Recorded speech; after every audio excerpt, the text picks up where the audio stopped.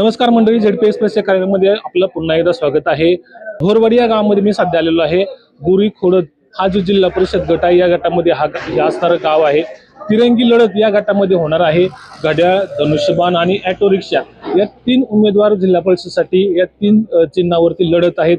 मतदारांच्या मनात नेमका तिन्हीपैकी कोण आहे आपण जाणून घेण्याचा प्रयत्न करणार आहोत। तिरंगी लढत तुमच्या गटामध्ये होते, कसं वातावरण दिसतं तुम्हाला? वातावरण सगळ्यांना चांगलं आहे बरं का, पण विकासाच्या मुद्द्यावर आता काहीतरी होईल।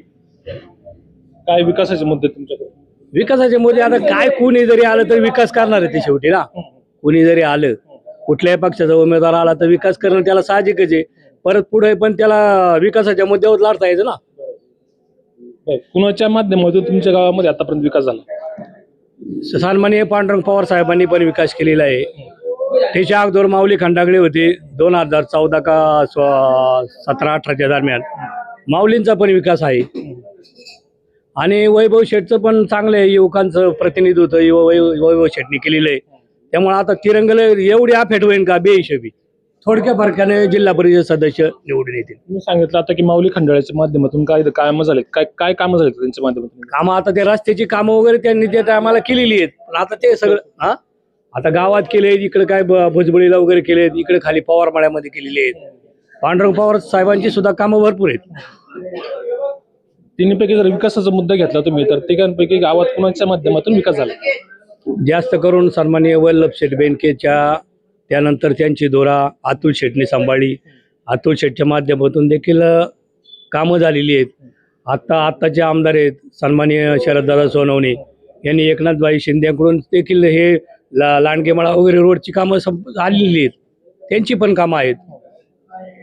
राष्ट्रवादीचं तिकीट पांडुरंग पवारांच्या सुनाला मिळणार होतं, त्यांना मिळणार नाही, त्यांना अपक्ष लढावं लागतंय, कसं बघताय तुम्ही? त्यांच्या अंतर्गत काहीतरी कलह झाला तो, नाही तर खरं पांडुरंग पवार साहेबांना तिकीट होतं ते, पण त्यांचं लागच्या क्षणाला सकाळी 10 वाजता त्यांचं तिकीट कापलं गेलं। आणि मग त्यांनी अपक्ष म्हणे जिद्द का मला लढायचं। माझ्या घरी पण आले होते ते, पण मी आता माघार घेणार नाही, मी रिक्षा ही चिन्ह घेणार आणि माझ्या पद्धतीनं मी कार्य करत राहणार। काय लोकांचा पाठिंबा मिळेल का? मिळेल ना। आता काय झाले, सगळे ओपन मध्ये बोलती नाही, ते मतदानाच्या दिवशीच कळलं हे सगळं। आता आम्ही का होईना 10-12 जण आहेत, हे काय एका पक्षाला मतदान करणार आहे का? फक्त वर बोलणार, मी धनुष्यबाणा काही, मी रिक्षा काही, मी घड्याळ काही, पण ज्या टायमाला शिक्का मारीन ना त्या टायमाला खरं मतदान। मत प्रकटन या ठिकाणी होत नाही। अजून काय मंडळी दिसते, काय कसं वाटतंय, काय वातावरण आहे तुमच्या गावात? आमचं वातावरण आहे आता धनुष्यबाणाला चांगलं आहे, कारण पंचायत समितीचं शेट येणं चांगलं स्ट्रॉंग आहे इथं या खोडद गटामध्ये। माधुरी सचिन निलक जवळजवळ आता हे जे आहेत ना, ही सगळी यंत्रणाची त्यांच्या पाठीमाग, आणि जवळजवळ 700-800 लोक नुसते प्रचारच करतात, शिवाय घरचे लोक असे काही भाड्याने आणलेले नाही किंवा काय नाही। आणि त्यांचा बैलगाड्याचा मोठा संपर्क आहे, आणि त्याच्या माध्यमातून त्यांचं काम चांगलं असल्यामुळे धनुष्यबाण 100% चालेल। अजून काय मंडळी दिसते आपण बोलण्याचा प्रयत्न करतोय, काय वाटतंय? आम्ही आता धनुष्यबाणालाच मतदान करणार आहे, कारण आमच्या जोडीदाराची मंडळी पंचायत समितीला आहे, त्याच्यामुळं आणि तिला चांगलं योगदान आहे मतदानाचं। जिल्हा परिषदेला कसं? जिल्हा परिषदेचं काय सांगावं, आता दोघांचं भांडण आणि तिसऱ्याचाच लाभ होणार आहे 101%। कोणाचा लाभ होईल? लाभ बहुतेक माऊली खंडाचा लाभ होण्यासारखं दिसतंय।